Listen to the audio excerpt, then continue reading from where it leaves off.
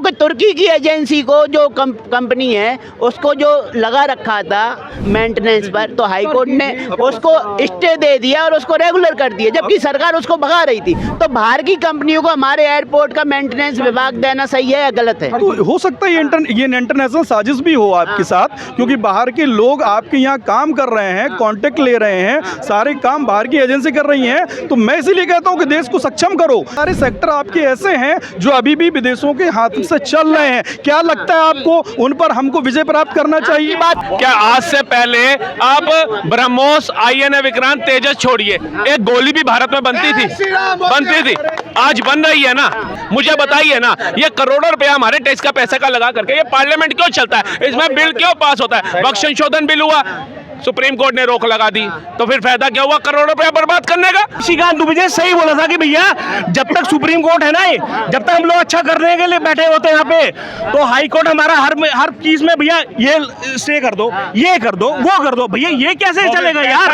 सच बोलोगे तो आपको भारतीय जनता पार्टी के साथ चला जाएगा, क्योंकि इनको भी पता है कि राष्ट्रवादी सरकार एक ही है, वो है भारतीय जनता पार्टी। आर्टिकल 142 का इस्तेमाल करके सुप्रीम कोर्ट ने बाबरी मस्जिद, राम मंदिर का सुमोटो फैसला कर दिया। आप यहाँ पे हमें दूसरा पहाड़ा पढ़ा रहे हैं कि टर्की निकल लगा कर दिया। कितने साल बाद किया ये भी बताइए? फिर 47 में क्यों नहीं कर दिया था? 52 में क्यों नहीं कर दिया था जब संविधान बना? बताइए, बोलिए, अपनी बात में बोलिए। यहाँ ये मतलब नहीं लगाया जा सकता कि जो बीजेपी का समर्थक नहीं है तो वो देश प्रेमी नहीं है, ये नहीं। जो देश प्रेमी होता है ना, उसे कांग्रेस से नफरत अपने आप हो जाती है।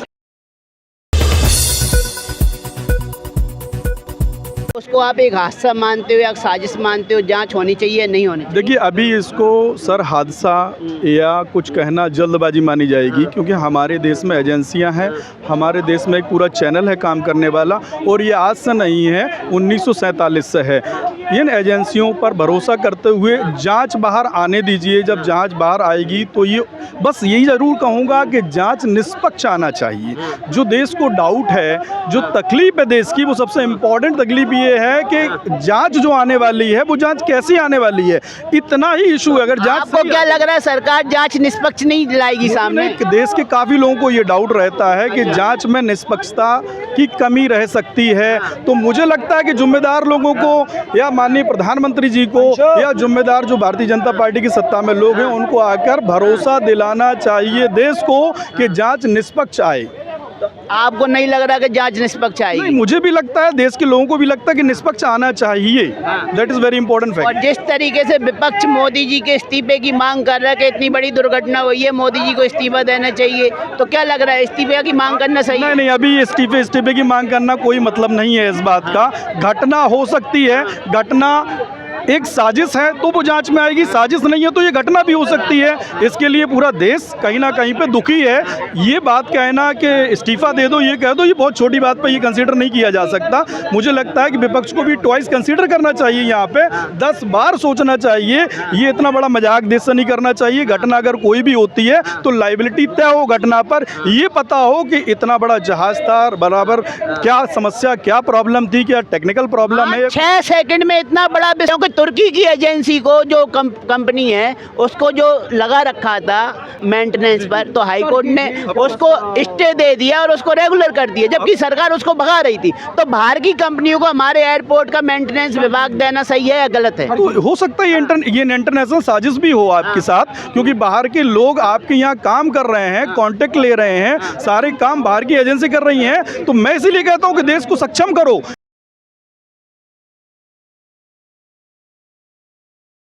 बेरोजगारी देश से खत्म करो। हमारे यहाँ जो बेरोजगार घूम रहा है, विदेशी लोग आकर यहाँ काम कर रहे हैं, विदेशी कंपनियां यहाँ ठेके ले रही हैं। बेरोजगारी देश से दूर करो। तो बेरोजगारी के नाम पे तो आप देखेंगे तो भाई कितने सारे हैं ना, डिफेंस के प्रोजेक्ट आज भारत में ही तैयार हो रहे हैं, और उनका हमने युद्ध में इस्तेमाल भी किया और दुनिया को दिखाया भी। हमारे जो भी प्रोडक्ट हैं वो एक नंबर क्वालिटी के। Very good. हाँ। इस चीज पे हम आपकी सफलता कहेंगे, अच्छा कहेंगे, लेकिन बहुत सारे सेक्टर आपके ऐसे हैं जो अभी भी विदेशों के हाथ से चल रहे हैं। क्या लगता है आपको उन पर हमको विजय प्राप्त करना चाहिए? बात कही Yes. क्या कहेंगे इनकी बात पर? देखिए भाई साहब ने बोला भी भारत के अंदर रोजगार उत्पन्न होना चाहिए। अभी आरबीआई का डाटा है, मेरा डाटा नहीं है, सरकारी डाटा है, 17 करोड़ रोजगार जो दिया गया है, ठीक है। ये पिछली सरकारों के कार्यकाल में देखना कभी दिया था इतना रोजगार? जो इनका ये कहना है जिस तरीके से डिफेंस सेक्टर में हमने अच्छा काम किया है, तो हमें भी एयरपोर्ट पे जैसे हवाई जहाज हुए, एरोप्लेन हुए, तो ये भी हमें ही बनाना चाहिए, ना कि अदर कंपनियों के भरोसे बैठने चाहिए। तुर्की कंपनी को हमने मेंटेनेंस का काम दे रखा है, तो तुर्की कंपनी भारत का मेंटेनेंस का काम। बताइए, क्या आज से पहले आप ब्रह्मोस, आईएनए विक्रांत, तेजस छोड़िए, एक गोली भी भारत में बनती थी? आज बन रही है ना, आज बन रही है ना। 11 साल की उत्पत्ति है ना, 11 साल का विकास है ना, कि आज हम हथियार खरीदने वाले नहीं, बेचने वाला देश भी गिनती में आए। आज से पहले हम 11वें नंबर पर आर्थिक तौर पे बैठे थे, और यही फॉरेन के लोग, अमेरिका के और रशिया के, क्या कहते थे? भारत अनएजुकेटेड कंट्री, भूखे नंगों का देश है। आज वही कह रहे हैं ना, मोदी इज द बॉस। आज वही भारत को चौथी अर्थव्यवस्था पे जापान को पछाड़ के पहुंचा ना भारत। कैसे पहुंच गया? कुछ ना कुछ तो उत्पत्ति करी ना भारत ने। तो तुर्की की कंपनी को यहाँ रखना चाहिए था, नहीं रखना? हाई कोर्ट ने जो फैसला लिया वो सही था या गलत? भैया मैं तो कहता हूँ हमारे देश के अंदर ना राष्ट्रपति जी को हटा देना चाहिए और सुप्रीम कोर्ट, हाई कोर्ट को ऊपर रखना चाहिए। जब भी कोई बात आती है, हाई कोर्ट कोई टिप्पणी करेगा, सुप्रीम कोर्ट कोई टिप्पणी करेगा, सरकार के फैसले को ध्वस्त कर देता है। फिर करोड़ों रुपए लगा के पार्लियामेंट क्यों चल रहा है? मुझे बताइए ना, ये करोड़ों रुपया हमारे टैक्स का पैसे का लगा करके ये पार्लियामेंट क्यों चलता है? इसमें बिल क्यों पास होता है? वक्त संशोधन बिल हुआ, सुप्रीम कोर्ट ने रोक लगा दी, तो फिर फायदा क्या हुआ करोड़ों रुपया बर्बाद करने का? तुर्की के हमने बायकॉट किया, हाई कोर्ट में जाकर के लगा दिया जी। हाँ, तो ये भी सवाल उठता है, तुर्की के कंपनी का और हाई कोर्ट का संबंध क्या? बाहर की कंपनियों से हमारे कोर्ट को इतना प्रेम क्यों? भैया क्या करेंगे? घर का बेदी लंका है, घर में ही अगर डकैत बैठे तो दूसरों पे शक क्या करोगे आप? आप देखिए पाकिस्तान का बंदा संवेदनाशील कर रहा है, श्रद्धांजलि दे रहा है अहमदाबाद। निशिकांत दुबे सही बोला था कि भैया जब तक सुप्रीम कोर्ट है ना, जब तक हम लोग अच्छा करने के लिए बैठे होते हैं यहाँ पे, तो हाई कोर्ट हमारा हर चीज में भैया ये स्टे कर दो, ये कर दो, वो कर दो। भैया ये कैसे चलेगा यार? निकला है ना, आग लगी तो देखे गांधी कैसे नहीं कर रहे थे गड्डी की गड्डियां। आपसे ये कुछ कहना चाह रहे हैं क्या? बहुत अच्छी बात कही भाई, चूंकि मुझे ऐसा लगता है भारतीय जनता पार्टी के सपोर्टर हैं, जिस तरीके से उन्होंने बात की है। कोई भारतीय जनता पार्टी का सपोर्ट नहीं है। मैं आपकी बात भैया, मैं आपकी बात कर, पहले सुनिए तो। मैं अरे सुनो तो यार, मैं डिसाइड मत करो कौन किसका समर्थन है। सपोर्टर है। अरे हम आते हैं केवल देश, हम आते हैं केवल देश के लिए, केवल हम किसी की सपोर्टर नहीं है। सच बोलोगे तो आपको भारतीय जनता पार्टी के साथ चला जाएगा, क्योंकि इनको भी पता है कि राष्ट्रवादी सरकार एक ही है, वो है भारतीय जनता पार्टी। टुकड़े गए कौन है इसको पता है। मिर्ची लगेगी, इनको मिर्ची लगेगी। इनकी बात तो हो जाने दो, बात तो। अच्छा, आप किसी को बीजेपी समर्थक मत बोलो, आप अपनी बात करो। मेरी इनकी प्रॉब्लम ये सुनना नहीं है किसी की। मैं ये अपनी पहली चिल्ला रहे हो। मैं आपसे ये कह रहा हूँ कि तुर्की ने पाकिस्तान का समर्थन किया, करने के बाद में मैंने मेरे पूरे देश ने बाइकआउट किया तुर्की का। उसके बाद तुर्की की एजेंसी भारत की हवाई जहाज का मेंटेनेंस देख रही है। आप जरा इस पर जवाब दीजिए। हाई कोर्ट है ना, संविधान। हाँ, एक सेकंड। अरे अब आगे तो सुनिए तो। आर्टिकल 142 का इस्तेमाल करके सुप्रीम कोर्ट ने बाबरी मस्जिद, राम मंदिर का सुमोटो फैसला कर दिया। आप यहाँ पे हमें दूसरा पहाड़ा पढ़ा रहे हैं कि टर्की नहीं लगा कर दिया। कितने साल बाद किया ये भी बताइए। फिर 47 में क्यों नहीं कर दिया था? 52 में क्यों नहीं कर दिया था जब संविधान बना? बताइए, बोलिए, अपनी बात में बोलिए। क्यों नहीं किया? 90 में क्यों नहीं किया? राजीव गांधी जब वहां पे ताला खोलने गए थे क्यों नहीं किया? नरेंद्र मोदी के आने के बाद ही खोलना था। फिर नरेंद्र मोदी तो सुप्रीम, ये भी तो सच बात है। नहीं, ये भी तो रियलिटी है ना। सुप्रीम कोर्ट का बीजेपी की सत्ता आने का इंतजार कर रहा था। मुझे ये बताओ, सुप्रीम कोर्ट का बीजेपी की सत्ता आने का इंतजार कर रहा था राम मंदिर को लेके। नहीं, आप जवाब दो, आप जवाब, कहानी बन जाता आप जवाब। चिल्ला क्यों रहे यार? आप जवाब दे रहा हूँ। मैं आपको बताऊं, हाई कोर्ट में बैठ क्यों? एक second please. Allahabad high court से जजमेंट होने के बाद ही तो आप सुप्रीम कोर्ट आए हो। सुप्रीम कोर्ट ने फर्स्ट टाइम जजमेंट दिया, 4-6 बार तो जजमेंट दिया नहीं। जो first time judgment and time दिया हुआ है वो जजमेंट हो गया सर, कि डिसाइड हो गया। मेरा कहना है कि ये सुप्रीम कोर्ट इस सुप्रीम पावर का इस्तेमाल करके तुर्की की कंपनी को देर से बात कर देता, वो करना चाहिए और अभी तक नहीं कर पाए। तो रोक दिया।